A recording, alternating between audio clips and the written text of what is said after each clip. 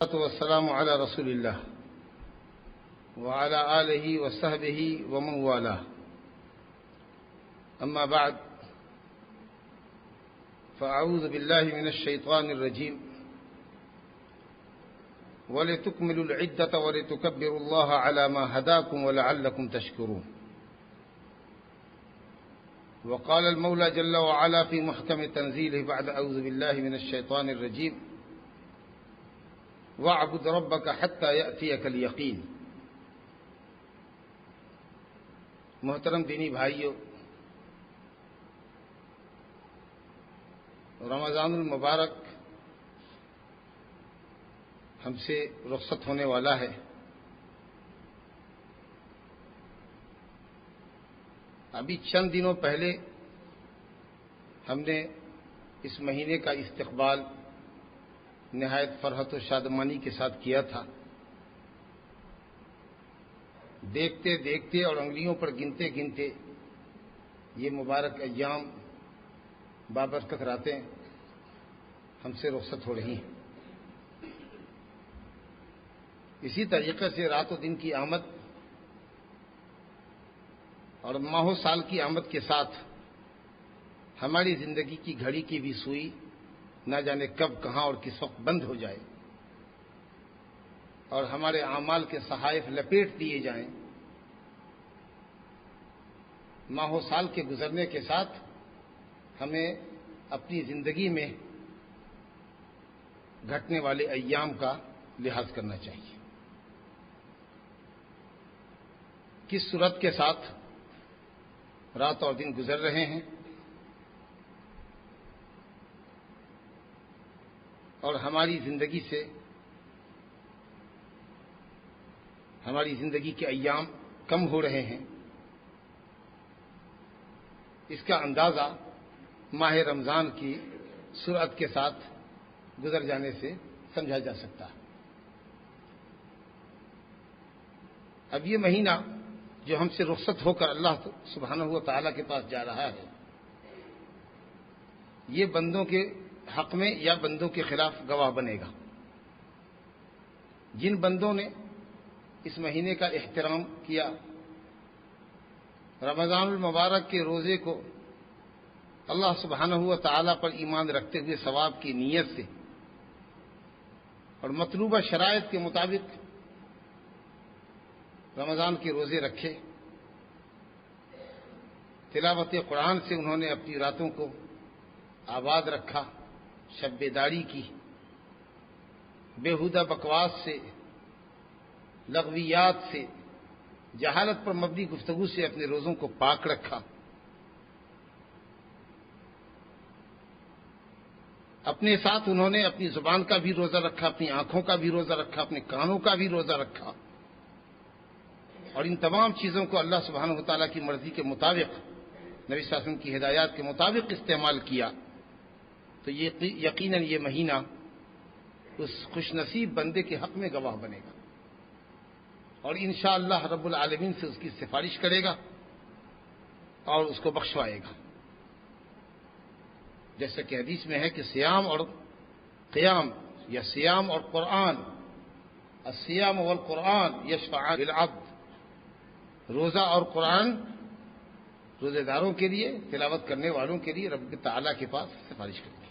وَيُشَفَّعَانِ، ماشاء اللہ، روزے اور قرآن کی سفارش بندے کے حق میں قبول بھی کی جائے گی.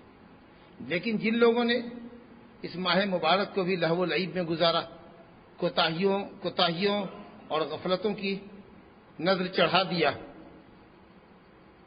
اور غفلت میں پڑے رہے، یقیناً وہ بڑے حرمان نصیب ہیں اور روزہ ان کے خلاف گواہ بنے گا. ایسے لوگوں کو اپنی حرمان نصیبی پر افسوس کرنا چاہیے اور رب تعالیٰ جو تواب الرحیم ہے، جو غفار الذنوب ہے، اس کے دربار میں عاجز و نیاز کے ساتھ اللہ سبحانہ و تعالیٰ سے اپنی کوتاہیوں کی معافی چاہنی چاہیے، معافی طلب کرنی چاہیے اور نئے عزم کے ساتھ زندگی کے باقی مادہ ایام میں زیادہ سے زیادہ اللہ سبحانہ و تعالیٰ کی بندگی کر کے زندگی کے گزرے ہوئے ایام کی تلافی کر لینی چاہیے، کیونکہ اللہ تواب الرحیم ہے.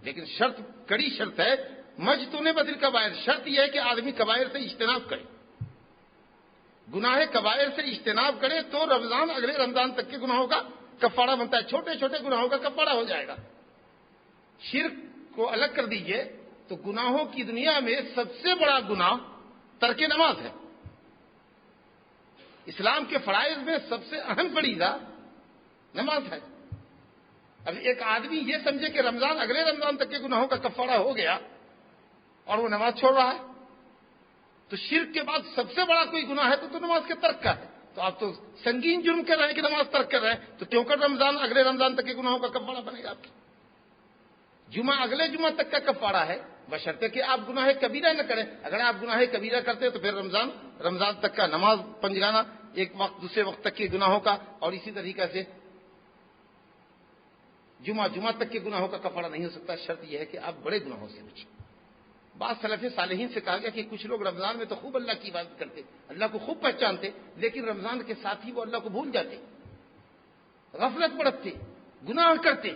تو کہا کہ بئس القوم، یہ لوگ بہت برے ہیں جنہوں نے صرف رب تعالیٰ کو انہوں نے رمضان میں ہی پہچانا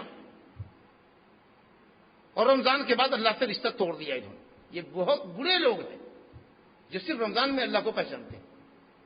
کیا رمضان کا اللہ دوسرا ہے اور بقیہ سال کے 11 مہینوں کا اللہ دوسرا ہے؟ کیا آپ رمضان کی عبادت کر رہے تھے کہ رمضان کے ختم ہونے کے ساتھ آپ کی عبادت ختم ہو گئی؟ ہرگز نہیں، آپ رمضان کی عبادت نہیں کر رہے تھے۔ رمضان تو ایک مہینہ ہے، ایک موسم ہے، ایک پیریڈ ہے۔ آپ رمضان کے رب کی عبادت کر رہے تھے، اور تمام مہینوں کا رب ایک ہے، اللہ سبحانہ وتعالی۔ مہینہ رمضان کا ہم سے رخصت ہو رہا ہے، اللہ سبحانہ وتعالی حی لا یموت ہے، وہ تو سدا بہار ہے، ایور گرین ہے، کامل الحیات ہے، سدا سے ہے، ازل سے ہے، اب تک رہے گا۔ وہی اول ہے، وہی آخر ہے، اس سے پہلے کچھ نہیں، اس کے بعد کچھ نہیں۔ اس کی عبادت تو ہمیشہ باقی ہے، جب تک ہم باقی ہیں اللہ کی عبادت سب پر واجب ہے، باقی ہے۔ تو جو لوگ یہ سمجھتے ہیں کہ صاحب رمضان کے ساتھ ختم ہو گیا معاملہ، یہ بہت برے لوگ ہیں۔ یا کچھ لوگ ہمارے یہ سمجھتے ہیں کہ صاحب فرض ہم نے ادا کر لیا تو اب نوافل کو کون ادا کرے؟ تو یہاں عبادت کے اندر تو ہم اتنا پیمانہ سخت رکھتے ہیں، فرائض ہم سے ہو جاتے، چلو ٹھیک، لیکن گناہ چلتے پھرتے ہم کثرت سے کرتے ہیں۔ تو اس کے حساب سے ام المومنین عائشہ رضی اللہ عنہ سے کسی نے کہا ضرور یقینی بات ہے کہ نجات فرائض پر موقوف ہے، لیکن لوگوں کو سوچنا چاہیے کہ چلتے پھرتے ارادے غیر ارادی کتنے ان کے گناہ ہوتے ہیں، اس کے لیے نوافل بھی اپنی زندگی کے اندر لائیں۔ الحمدللہ رمضان کا روزہ فرض ہم سے رخصت ہو رہا ہے، نوافل روزے رخصت نہیں ہو رہے ہیں۔ صحیح مسلم میں حضرت ابو ایوب انصاری رضی اللہ عنہ سے روایت ہے، من صام رمضان ثم اتبعه ستا من شوال فكأنما صام الدهر كما قال صلی اللہ علیہ وسلم۔ لیکن فرمایا کہ جس نے رمضان کا روزہ رکھ لیا اور پھر اس کے بعد 6 روزے رکھے شوال کے، تو گویا اس نے پوری زندگی کا روزہ رکھا، کیونکہ رمضان نیکیاں کم سے کم 10 گنا ہوتی، کم سے کم نیکیاں 10 گنا بڑھائی جاتی ہیں الحمدللہ۔ تو ایک مہینہ گویا 10 مہینے کے برابر ہوا، اور شوال کے 6 دن کے روزے 60 دن کے برابر ہوئے، تو 2 مہینہ ہوا 60 دن۔ اس طریقہ سے سال بھر کا روزہ ہو گیا ماشاءاللہ۔ پھر محرم الحرام کے روزے، افضل الصیام بعد رمضان صیام شہر اللہ المحرم، رمضان کے بعد نفلی روزوں میں افضل روزہ شہر اللہ المحرم کا روزہ ہے۔ اسی طریقہ سے ذی الحجہ کے روزے ہیں جی، اسی طریقے سے ایام 20، 13، 14، 15 کے روزے ہیں، ہر ہفتے سوموار اور جمعرات کا روزہ ہے ماشاءاللہ۔ روزے فرض ختم ہوئے رمضان کے اندر، لیکن نوافل روزے پورے سال بھر اللہ نے پھیلا رکھے ہیں، تاکہ بندوں کا ایک تعلق روزے کے ذریعے بھی اللہ سے قائم رہے۔ اور نمازیں تو ماشاءاللہ سال بھر ہیں، عورتوں کے لیے مخصوص ایام میں معاف ہیں، باقی ہم مردوں کے لیے بلوغت کے بعد سے لے کے موت تک جب تک ہوش حواس باقی ہے کبھی نماز معاف نہیں ہے۔ زکوٰۃ اور خیرات آپ نے رمضان میں ماشاءاللہ کثرت سے کیا، لیکن صدقات اور زکوٰۃ کا بھی کوئی وقت مقرر نہیں ہے، رمضان کے بعد بھی خرچ کر سکتے ہیں۔ اس طریقے سے اگر آپ دیکھیے قرآن مجید، ذکر و اذکار، قرآن کی تلاوت ایک مسلمان کا وظیفہ حیات ہونا چاہیے، نہ یہ کہ صرف وہ رمضان کی میں پڑھی جانے والی کتاب زندگی ہے، کتاب زندگی ہے۔ اس کتاب پر چل کے ہی ہم اپنی دنیا اور آخرت کو سنوار سکتے ہیں۔ وہ تو ہمارا کوڈ آف لائف ہے، وہ ہمارا ضابطۂ حیات ہے، وہ ہماری ہدایت کا سرچشمہ ہے۔ ہم کو تو روز اس میں سے ٹاسک لینا چاہیے، روزانہ کچھ حصہ اس کا مقرر کر کے پڑھنا چاہیے۔ تو اس طریقے سے الحمدللہ اگر آپ غور کریں تو مومن کی پوری زندگی اللہ رب العالمین کی عبادت سے عبارت ہے.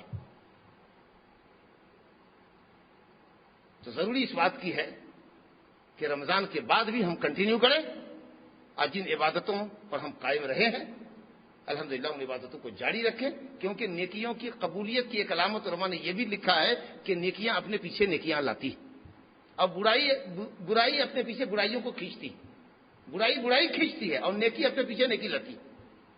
اگر رمضان کے بعد بھی آپ الحمدللہ نمازوں پر قائم ہیں، سچائی پر قائم ہیں، لغو و لعب اور لہو و لعب سے آپ بچے ہوئے ہیں، جو تقویٰ کا درخت آپ نے لگایا ہے اگر وہ ہرا بھرا ہے ماشاءاللہ آپ کا، تو آپ کی زندگی میں باغ و بہار رہے گا، نیکیاں آئیں گی. لیکن اگر آپ نیکیوں پر کاربند نہیں رہے، پھر غلط راہ پہ چلے گئے، گناہ کرنے لگے، تو اس کا مطلب یہ کہ آپ کی عبادت قبول نہیں ہوئی، کیونکہ اگر عبادت قبول ہوتی تو انشاءاللہ آپ نیکیوں پر قائم رہتے. تو اگر آپ چاہتے ہیں کہ آپ کی نیکیاں قبول ہو، روزہ اللہ تعالیٰ کے پاس آپ کے لیے سفارشی بنے، قرآن آپ کے پاس سفارشی بنے، تو روزے نے جو پیغام دیا ہے، جو تقویٰ کی جو آپ نے آبیاری کی ہے، جو تقویٰ کا پودا لگایا ہے، یاد رہے اور خیال رہے کہ وہ پودا کملائے نہیں، مرجھائے نہیں، سوکھنے نہ پائے. اس میں ہمیشہ عبادت کا پانی ڈالنا تاکہ وہ تقویٰ کا پودا ہرا بھرا رہے اور ایک تناور درخت بن جائے. اللہ سبحانہ و تعالیٰ آپ کے روزوں کو، آپ کی نمازوں کو، آپ کی صدقات و زکات کو قبول فرمائے اور عید کی خوشیاں، صحیح خوشیاں، محبت، الفت اللہ تعالیٰ آپ کو نصیب فرمائے. اسلام کو اللہ تعالیٰ غلبہ نصیب فرمائے. اس مہینے کے اختتام پر اللہ رب العالمین کے شکرانے میں اللہ کے نیک بندے دو رکعت نماز میدان میں، کھلے میدان میں نکل کر اللہ کے سامنے بجا لاتے، تواضع کے ساتھ، خاص ساری کے ساتھ، خشوع اور خضوع کے ساتھ، شکرانے میں کہ اے اللہ تیری توفیق سے ہم نے ماہ رمضان پورا کیا، روزے رکھے، نمازیں پڑھی، صدقات دی اور زکات دیے، تلاوت کی، تیری توفیق سے نیکیاں کی ہے، تو نے نیکیوں کی توفیق دی ہے، اس لیے شکرانے میں ہم تیرے حضور دوگانہ کے لیے آئے ہیں، 2 رکعت نماز کی ادائیگی کر رہے ہیں اور تکبیر اور کبریائی تیری بیان کر رہے ہیں. رب العالمین سورہ بقرہ آیت نمبر 185 میں فرماتا ہے وَلِتُكَبِّرُوا اللَّهَ عَلَىٰ مَا هَدَاكُمْ وَلِتُكْمِلُوا الْعِدَّةَ وَلِتُكَبِّرُوا اللَّهَ. جب رمضان کے روزے کی گنتی پوری کر لو، عید کا چاند دیکھ لو، تو تکبر اللہ علی ما ہداکم، اللہ نے جو تم کو ہدایت دی، مسلمان بنایا اس پر، اور اللہ تعالیٰ نے روزہ رکھنے کی توفیق عطا فرمائی اس بات کے اوپر، عبادت کی توفیق مرحمت فرمائی. اللہ رب العالمین کی اس توفیق پر، اسی ہدایت پر اللہ رب العالمین کی کبریائی اور بڑائی بیان کرو. وَلِتُكَبِّرُوا اللَّهَ عَلَىٰ مَا هَدَاكُمْ وَلِتُكْمِلُوا الْعِدَّةَ. جب گنتی پوری کر لو، وَلِتُكَبِّرُوا اللَّهَ عَلَىٰ مَا هَدَاكُمْ، تو اللہ کی ہدایت پر، اللہ کی توفیق اطاعت پر کبریائی اور بڑائی بیان کرو. اللہ اکبر، اللہ اکبر، لا الہ الا اللہ، واللہ اکبر، اللہ اکبر، وللہ الحمد. اللہ ہی سب سے بڑا ہے، اللہ سب سے بڑا ہے، لا الہ الا اللہ، اللہ کے سوا کوئی عبادت کے لائق نہیں، واللہ اکبر، اللہ اکبر، اور اللہ سب سے بڑا ہے، اور اللہ سب سے بڑا ہے، وللہ الحمد، اور اللہ ہی کے لیے تمام تعریف ہے. یا اس طریقہ سے اللہ اکبر، اللہ اکبر، اللہ اکبر کبیرہ، 3 مرتبہ اللہ اکبر، تیسری مرتبہ میں کبیرہ لگائے، اللہ اکبر، اللہ اکبر، اللہ اکبر کبیرہ. عید کا چاند دیکھنے کے بعد سے لے کر عیدگاہ پہنچنے تک. پھر عید کی نماز پڑھنے کے بعد گھر کو آتے ہوئے تکبیر نہیں.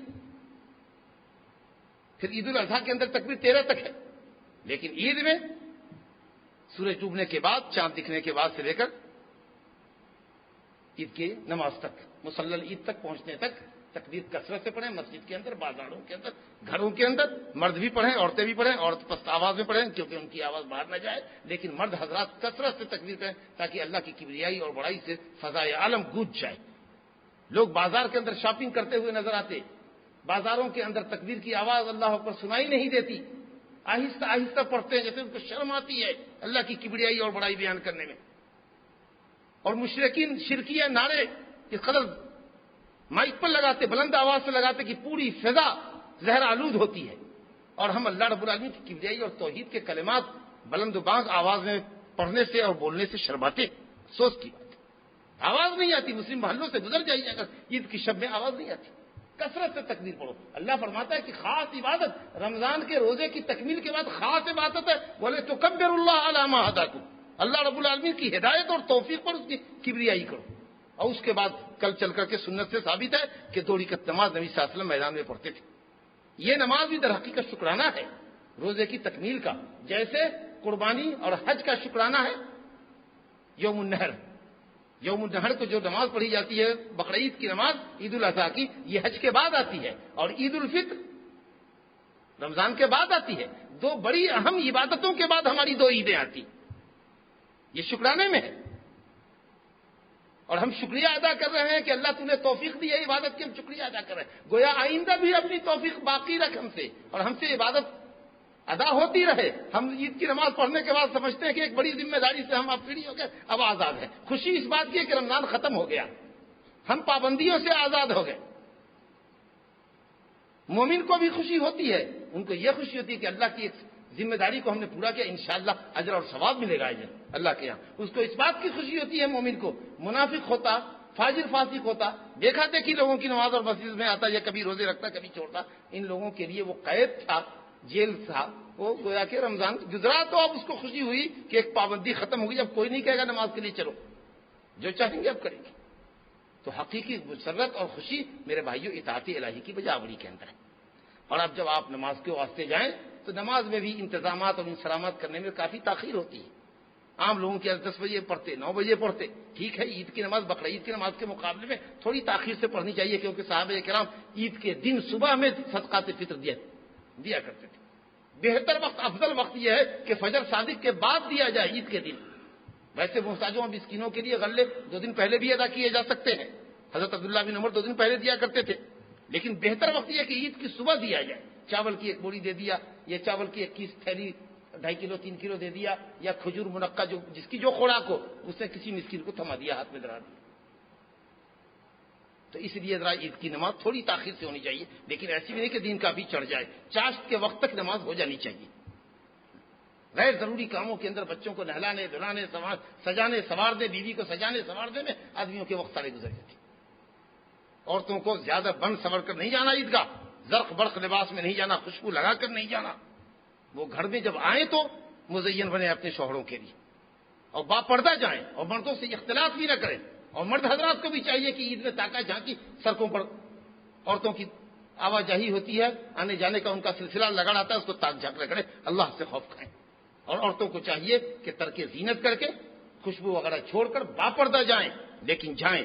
سخت تاکید ہے نبی صلی اللہ علیہ وسلم کی ام عطیہ انصاریہ رضی اللہ عنہ سے روایت ہے، متفق علیہ روایت ہے صحیح بخاری مسلم کی، کہ آپ نے فرمایا کہ عورتوں کو عیدگاہ نکالو، عیدگاہ کے لیے عورتوں کو نکالو، باکڑا جوان لڑکیوں کو نکالو، پردہ نشینوں کو نکالو، حتیٰ کہ حائضہ عورتوں کو نکالو.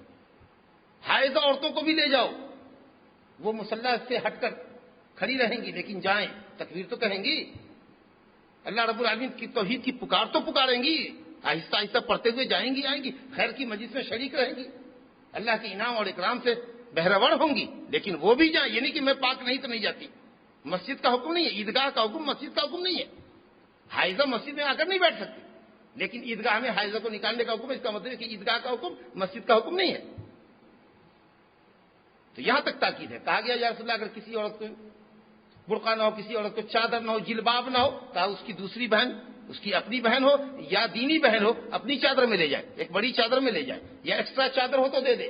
ماشاءاللہ سب کے پاس چادر ہے، بڑی فارغ البالی ہے، خوشحالی ہے لوگوں کے پاس.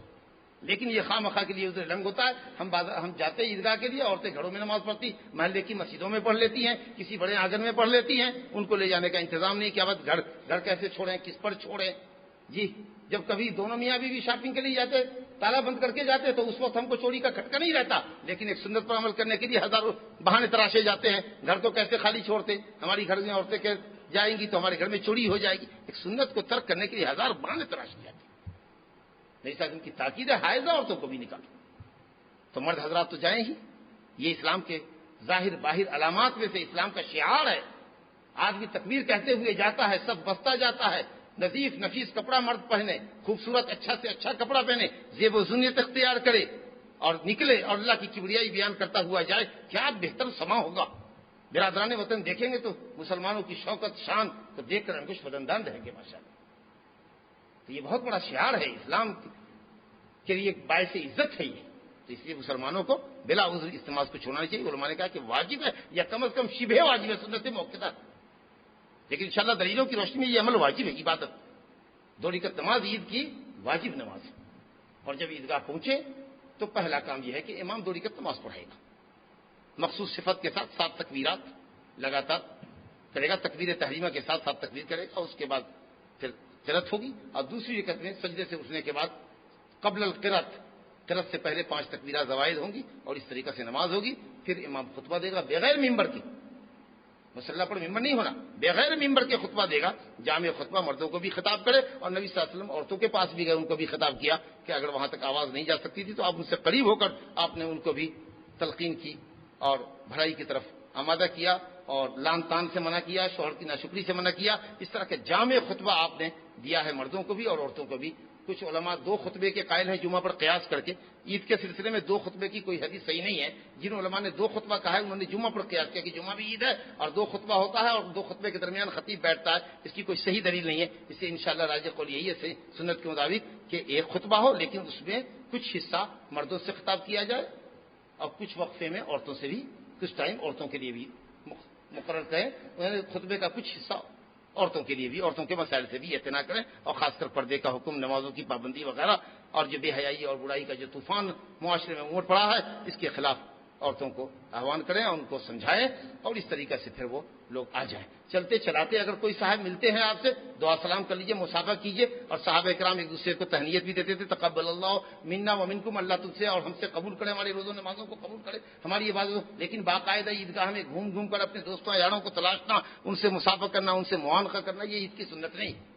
آپ اپنے گھر سے نکلے، ہم اپنے گھر سے نکلے، نکڑ پہ ملاقات ہوگی، چلتے چلتے راستے میں ملاقات ہو گئی تو سلام مصافحہ کیجئے، ایک دوسرے کو تہنیت دیجئے، تقبل اللہ منا ومنکم۔ لیکن گلے لگنا یہ تو باہر سے کوئی آدمی مسافر آتا ہے، مدت کے بعد آیا ہے، کئی مہینوں کے بعد، کئی سالوں کے بعد آیا ہے، تو سلام کی تکمیل یہ ہے کہ صاحب مصافحہ کرو، پھر مصافحہ کے بعد بھی وارفتگی کا یہ عالم ہے کہ صاحب گلے لگو۔ لیکن باقاعدہ عید کی سنت ہوتی ہے کہ وہ باقاعدہ گلے لگ رہے ہیں اور ڈھونڈ ڈھونڈ کر کے اپنے دوستوں کو تلاش رہے ہیں، گلے لگ رہے ہیں، یہ عید کی سنتوں میں داخل نہیں ہے بلکہ بدعات کے اندر داخل ہے۔